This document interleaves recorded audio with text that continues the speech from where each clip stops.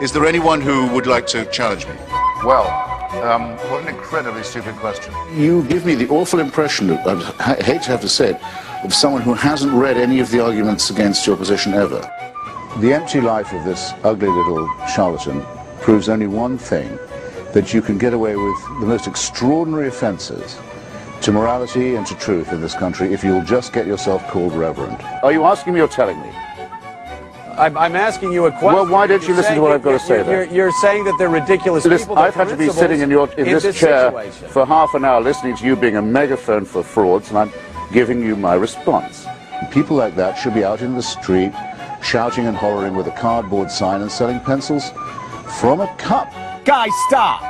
God bless us all. Just stop and let's have a meaningful conversation. Well, don't invite instead me on of and tell people me to talking keep, on top of each Don't other. invite me on and tell me to keep quiet. Your audience, which will clap apparently anything, is frivolous. No, I'm just saying.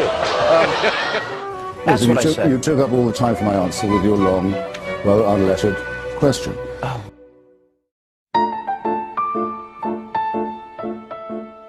I think it was David Hume who put it slightly vulgarly.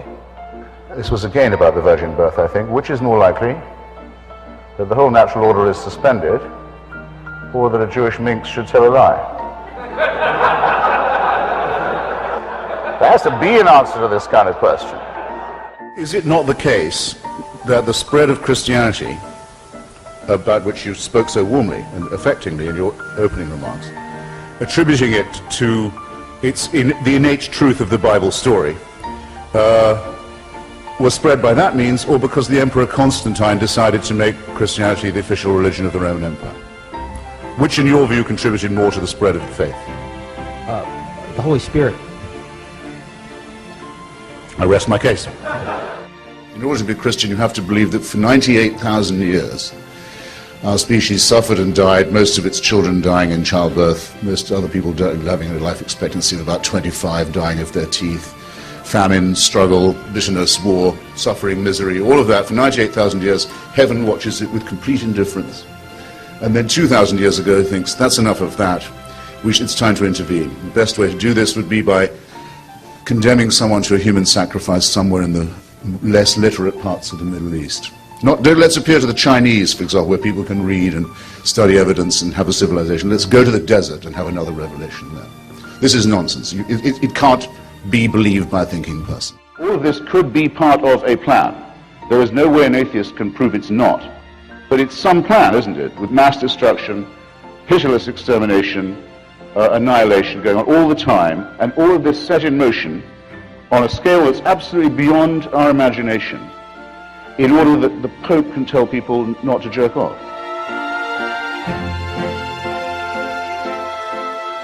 It is a horrible idea that there is somebody who owns us, who makes us, who supervises us, waking and sleeping, who knows our thoughts, who can convict us of thought crime, thought crime, just for what we think.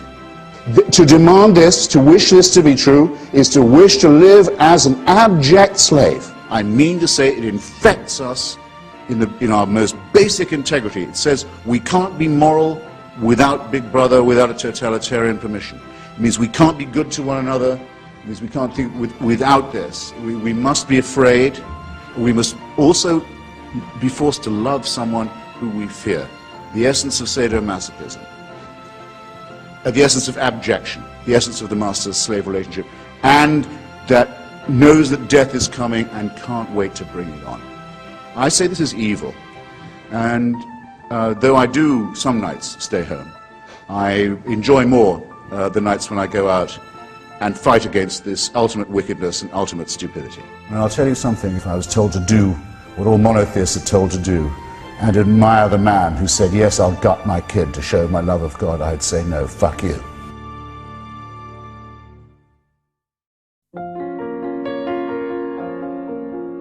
One of the things I live for is to return a stout and joyful non-serviam to this dictator who I'm pleased to find doesn't really exist, but is instead a creation of those who want to install a theocracy in the real life where I can participate, and I'm not going to give them an inch. The second thing I live for is if not exactly passing on my genes, taking part in activities that might allow those genes to be passed on. Call someone an imam or a priest or a reverend, there's nothing they can't get away with in our culture.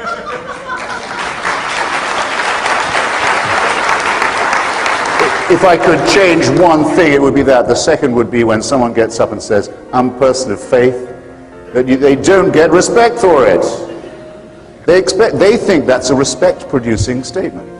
I am a person of faith. You know, I'm a person who will believe practically anything on no evidence at all. I think what I mainly live for is contemplating the misfortunes of other people. Well, that leads me to a very... That and vindication, being proved repeatedly and over again right when other people were wrong. That does a lot for me.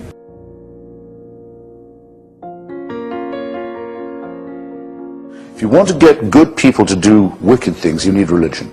I do not think that any person looking at a newborn baby would think, how wonderful, what a gift, but now just let's start sawing away at its genitalia with a sharp stone. Who would give them that idea if not the godly? And what kind of argument from design is this? Babies are not born beautiful, they're born ugly. They need to be sawn a bit because the handiwork of God is such garbage. Well, honestly. Tertullian, one of the church fathers, said that one of the great things about being in heaven was you'd be able to watch the writhings and the tortures of those who'd been sent to hell. We see why hell is unpleasant. Why is heaven such fun? It seems to be rather dutiful. Endless praise, endless worship, endless subjection, endless tedium. You'd think that the Lord himself, after the first 5 billion years, would have had enough of the songs of praise. No, it's got to go on forever. Oh, well, I think mockery of religion is one of the most essential things, because to demystify supposedly holy texts that are dictated by God and show that they are man-made, what you have to show their internal inconsistencies and absurdities. And one of the beginnings of human emancipation is the ability to laugh at authority. It's an indispensable thing. People can call it blasphemy if they like, but if they call it that, they have to assume that there's something to be blasphemed, some divine word. Well, I don't accept the premise. I dare say you know what the Buddhist says to the hot dog vendor. You don't? He says, make me one with everything.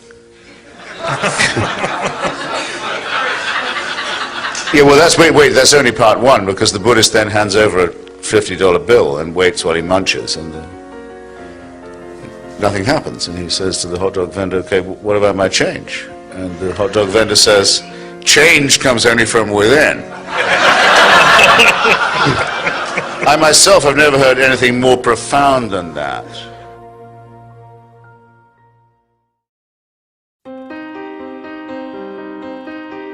I know what's coming. I know no one beats these odds. And it's a matter of getting used to that and growing up and realizing that you're expelled from your mother's uterus as if shot from a cannon towards a barn door studded with old nail files and rusty hooks. It's a matter of how you use up the intervening time in an intelligent and ironic way. It will happen to all of us that at some point you get tapped on the shoulder and told, not just that the party's over, but slightly worse, the party's going on, but you have to leave. and it's going on without you. That's the reflection, I think, that most upsets people about their demise. All right then, because it might make us feel better, let's pretend the opposite.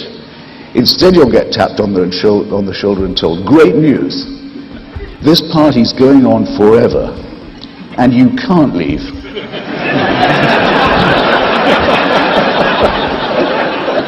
You've got to stay. The boss says so, and he also insists that you have a good time. To me, the offer of certainty, the offer of complete security, the offer of an impermeable faith that can't give way, is an offer of something not worth having. And I'd urge you to look at those of you who tell you, those people who tell you at your age, that you're dead till you believe as they do. What a terrible thing to be telling to children. And that you can only live, and that you can only live by accepting an absolute authority.